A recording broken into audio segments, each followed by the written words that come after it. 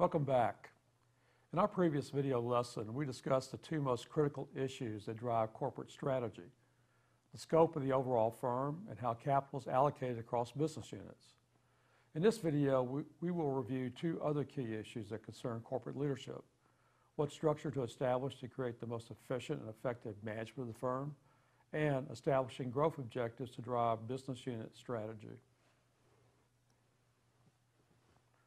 Most complex businesses with multiple lines of business are organized into divisional structures.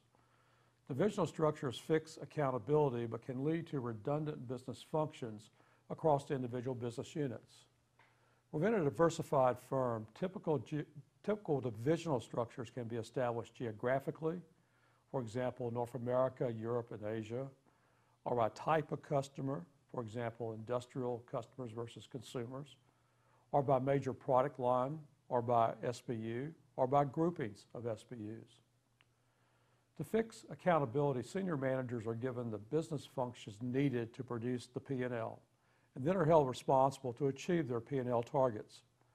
The senior managers are given the line functions for their book of business, plus, in most cases, various staff and administrative functions, such as financial accounting, cost accounting, marketing analytics, human resources, purchasing, warehousing, IT operations, development, legal, and other functions. As indicated in the organization chart shown here, the Coca-Cola Company is organized geographically to focus on markets geographically. There are also a number of functions such as finance shared across the separate divisions. Shared functions or services is an operational philosophy that involves centralizing specific staff and administrative functions that either once were or could be performed separately within the individual business units.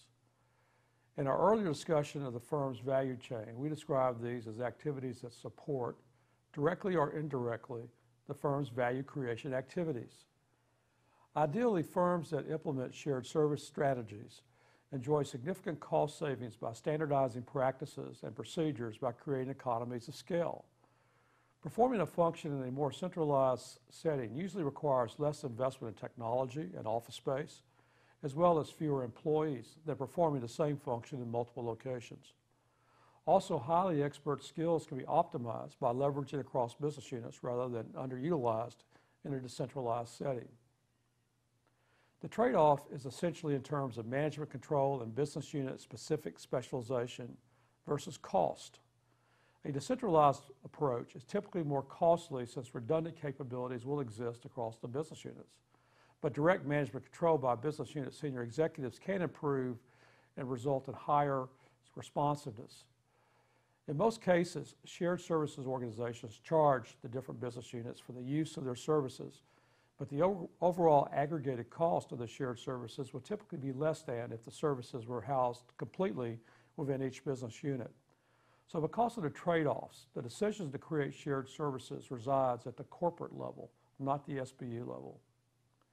Issues include which support services to share, how to charge the SBUs for those services, the framework for establishing planned service levels, and intra-SBU shared service center conflict escalation and resolution approaches.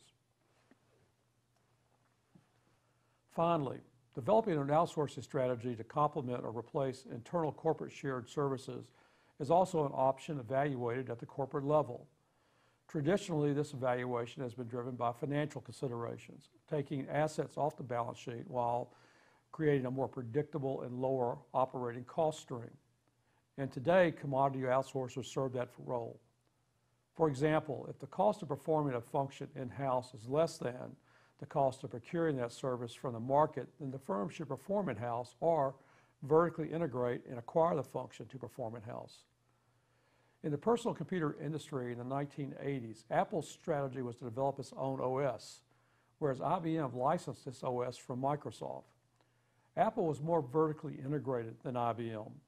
For IBM, the cost of developing their OS in-house was greater than procuring the OS from the market, or at least they thought so at the time. Increasingly, outsourcing decisions are being driven by strategic considerations, particularly in IT, where outsourcers can co-develop the firm's strategic business capabilities. Arrangements here tend to be more in the form of alliance or business partnerships. Shown here is a continuum of relationships in the make versus buy decision. At the extreme buy position, the relationship is pure customer-vendor with no specific agreements in place.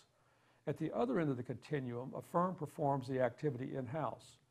Between the two extremes are a variety of relationships that increase in strategic importance to the firm, from short-term contracts like blanket purchase orders at the buy end to vertically integrated parent-subsidiary relationships at the make end.